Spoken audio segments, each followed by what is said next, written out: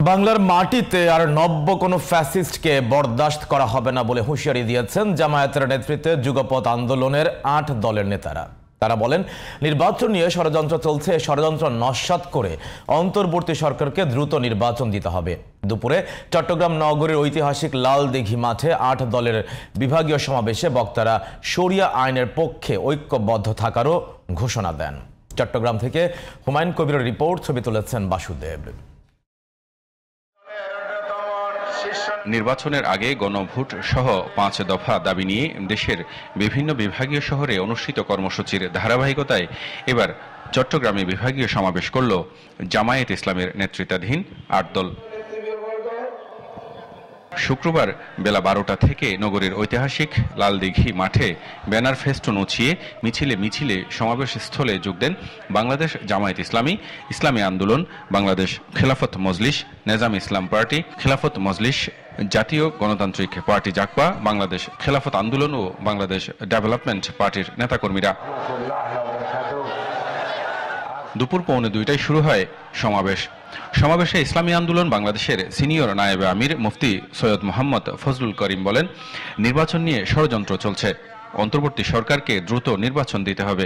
তত্ত্বাবধায়ক সরকারের অন্তর্বর্তী সরকারের প্রধান ডক্টর ইউনূসকে বলবো, নির্বাচন নিয়ে ষড়যন্ত্র চলতেছে, নির্বাচনকে পিছনে হটাবার ষড়যন্ত্র চলতেছে।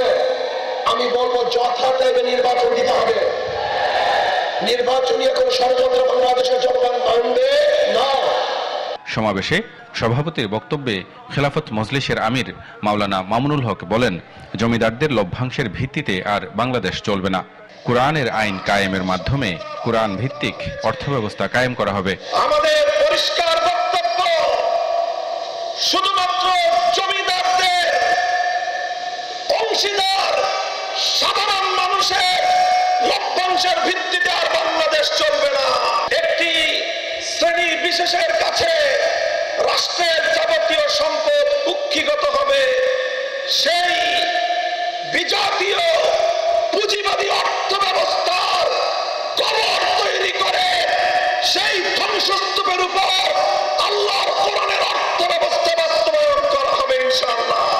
প্রধান অতিথির বক্তব্যে জামায়াত ইসলামের আমির ডাক্তার শফিকুর রহমান বলেন, দেশ থেকে ফেসিবাদের এখনো বিদায় হয়নি, কিন্তু ভবিষ্যতে আর কোনো ফেসিবাদকে বাংলার জমিনে বরদাস্ত করা হবে না। ফেসিবাদেরা বিদায় নিয়েছে, ফেসিবাদ এখনো বিদায় নেয় নাই। আমরা পরিষ্কার বলতে চাই, ফেসিবাদ কালো না লাল, কোন ফেসিবাদকে আর বাংলার জমিনে বরদাস্ত করা হবে না ইনশাআল্লাহ। সমাবেশে জামায়াতের নায়েবে আমির এটিএম আজহার, জাকবার সহসভাপতি ও মুখপাত্র রাশেদ প্রধান, খেলাফত মজলিসের চেয়ারম্যান ডক্টর আব্দুল কাদের সহ যুগপৎ আন্দোলনের মহানগর ও জাতীয় নেতারা বক্তব্য রাখেন। এ সময় নির্বাচনের আগে গণভোট দাবি করেন বক্তারা। Humayun Kabir, GTV news, Chittagong.